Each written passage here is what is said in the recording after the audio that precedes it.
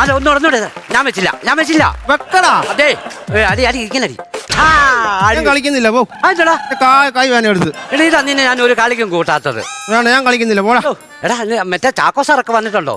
അറിയത്തില്ല, എല്ലാരും ടൂർ പോയെന്നൊന്നും അറിയത്തില്ലല്ലോ. ഇല്ലല്ലേ, മൊത്തം പിള്ളേരും ടൂർ പോയേക്കോ അല്ലയോ? പിന്നെ എടാ ഇന്നലെ ഭയങ്കര രസമുണ്ടായി. എന്തോടാ? ഞാൻ ഇന്നലെ സ്കൂൾ വിട്ട് 4:30 വീട്ടിൽ ചെന്നപ്പം ഞങ്ങളുടെ വലിയച്ഛൻ വാതക്കൽ ഇരിപ്പുണ്ടേ.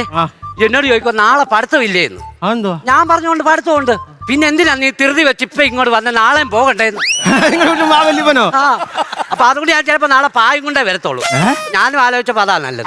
ഞങ്ങളുടെ വീട്ടിലുണ്ടോ അപ്പൂപ്പ ഇതുപോലെ? ഞാൻ അപ്പൂപ്പനെ ഇന്ന് പറ്റിച്ചില്ലയോ? എന്തുവാ? ഞാൻ പറഞ്ഞു അപ്പൂപ്പന്റെ പറഞ്ഞു അപ്പൂപ്പ എനിക്ക് ഡ്രില്ല് ബുക്ക് മേടിക്കാൻ പൈസ തരണേന്ന്. ഞാൻ പറ്റിച്ചോ? ആ പൈസ നമുക്ക് മുട്ടായി മേടിക്കാനൊക്കെ ഉണ്ട്. ബുക്കോ?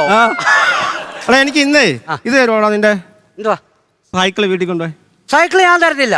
എന്തോ ഇന്ന് വൈകിട്ട് സൈക്കിള് വേണ്ട, എനിക്കറിയാം നിങ്ങളുടെ വീട്ടിലോട്ട് പോകുന്ന ആ വഴി ഒരു ഇടുക്ക് വഴി ആ മതിലും ചെന്നിടിച്ച്